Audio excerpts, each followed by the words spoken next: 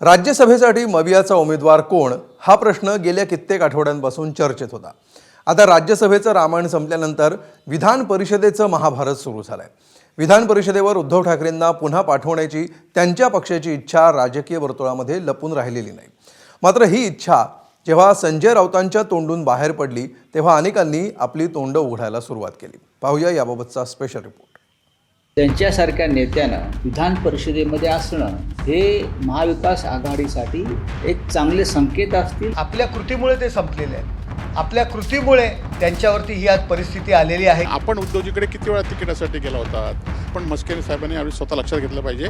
उद्धवजी विधान परिषदेत आले तर आपली अडचण होईल म्हणून संजय राऊत प्रयत्न करतात। आत्ता ऐकलेली नेत्यांची ही वक्तव्य खास त्यांना समर्पित, ज्यांना वाटत होतं की स्थानिक स्वराज्य संस्थांच्या निवडणुका संपल्यावर राजकीय आरोप कमी होतील।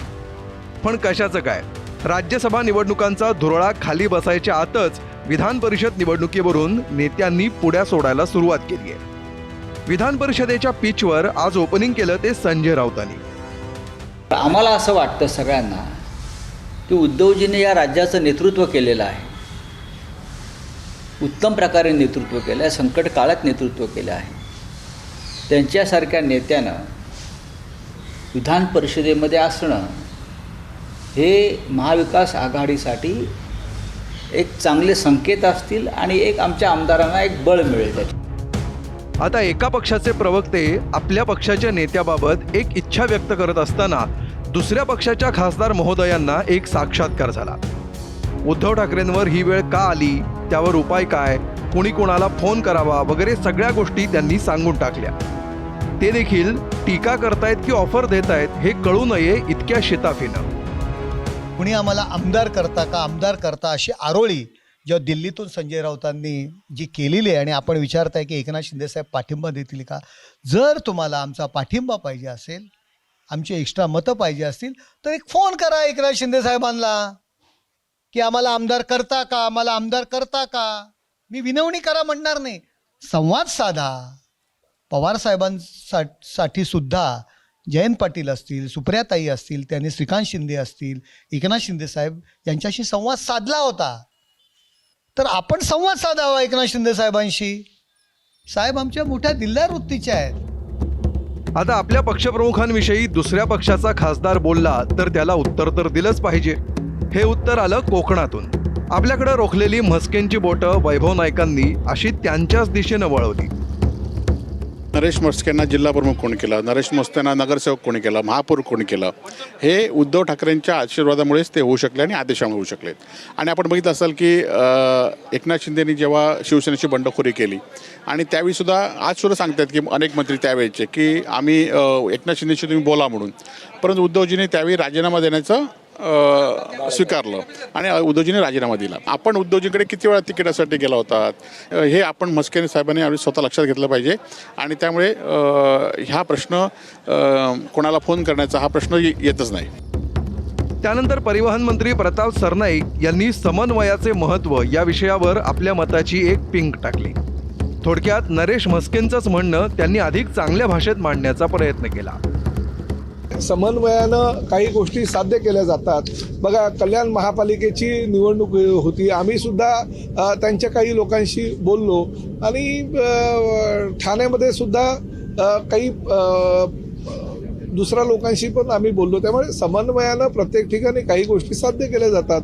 शेवटी पक्ष आहेत, कुठल्या पक्षाला कधी कुणाची गरज लागेल हे सांगता येत नाही आणि त्यामुळे मला असं वाटतं की समन्वयानं काहीतरी निर्णय जर होत असेल तर आमच्यासाठी चांगलं आहे। एकनाथ शिंदे साहेब आज राज्याचे मोठे नेते आहेत।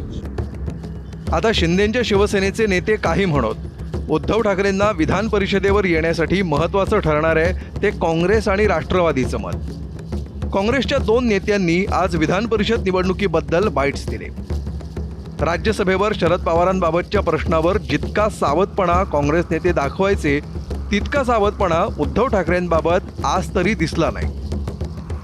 सत्तेतलं जो माज आलेला पक्ष आहे त्याला जनतेसाठी काम करायला भाग पाडणं हे आमचं कर्तव्य बनते आणि म्हणून आम्ही तिघही जण महाविकास आघाडी म्हणून एकत्रित काम करतो। आणि 2 विधान परिषद आम्हाला त्या ठिकाणी मिळणार आहेत। त्याच्यात एक उद्धव ठाकरे साहेब जात असतील शिवसेनेच्या कोट्यात ते जातील आणि एक काँग्रेसचा कोटा त्या ठिकाणी बिलकुल झालेलं आहे बोलणं, म्हणून तुम्हाला सांगतो. राजकीय स्टेटमेंट करण्यापेक्षा महाविकास आघाडी म्हणून एकत्रितपणे आम्ही तो निर्णय त्या ठिकाणी घेऊ आणि योग्य निर्णय आपल्याला निश्चितपणे दिसेल.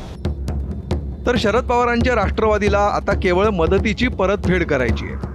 त्यामुळे त्यांच्या प्रतिक्रियेत आभार आणि एकी यांचा समावेश असणं साहजिकच होतं.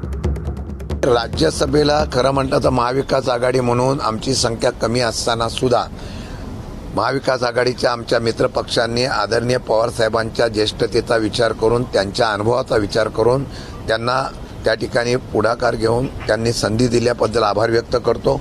आणि महाविकास आघाडी म्हणूनच पुढं भविष्य काळामध्ये जे काही निर्णय घ्यायचे आहेत, विधान परिषदेची आता निवडणूक आहे, त्या संदर्भामध्ये सुद्धा एकत्र बसून आम्ही निर्णय घेऊ. तर भाजपच्या प्रवक्त्यांनी राऊत, ठाकरे, पवार आणि परिषद अशी चौफेर बॅटिंग करत बसल्या बसल्या थोडा स्कोअर करून घेण्याचा प्रयत्न केला. उद्धवजी विधान परिषदेत आले तर आपली अडचण होईल म्हणून उद्धवजी विधान परिषदेमध्ये येऊ नये यासाठी देखील संजय राऊत प्रयत्न करतात. ज्या पद्धतीनं शरद पवार साहेबांच्या राज्यसभेसाठी संजय राऊतांनी बॅटिंग केली, जोर लावला, तशा पद्धतीनं उद्धवजींच्या बाबतीत संजय राऊत करताना दिसत नाही. कारण त्यांना माहिती आहे की काँग्रेस उद्धवजी ठाकरे यांना विधान परिषदेची उमेदवारी देणार नाही. आता उद्धवजींना विधान परिषदेची उमेदवारी मिळवायची असेल तर पुन्हा एकदा सोनिया गांधींच्या समोर जाऊन गुडघे टेकावे लागतील. येत्या मे महिन्यात विधान परिषदेच्या निवडणुका होण्याची शक्यता आहे. पण मार्च महिन्यातच राजकारणाचा पारा चढून आरोप प्रत्यारोपांचे चटके बसायला सुरुवात झाली आहे. मे महिन्यापर्यंत आता ऊन जास्त तापतं की परिषदेचं राजकारण, बघूया. ब्युरो रिपोर्ट, ABP माझा. ABP माझा, उघडा डोळे बघा नीट.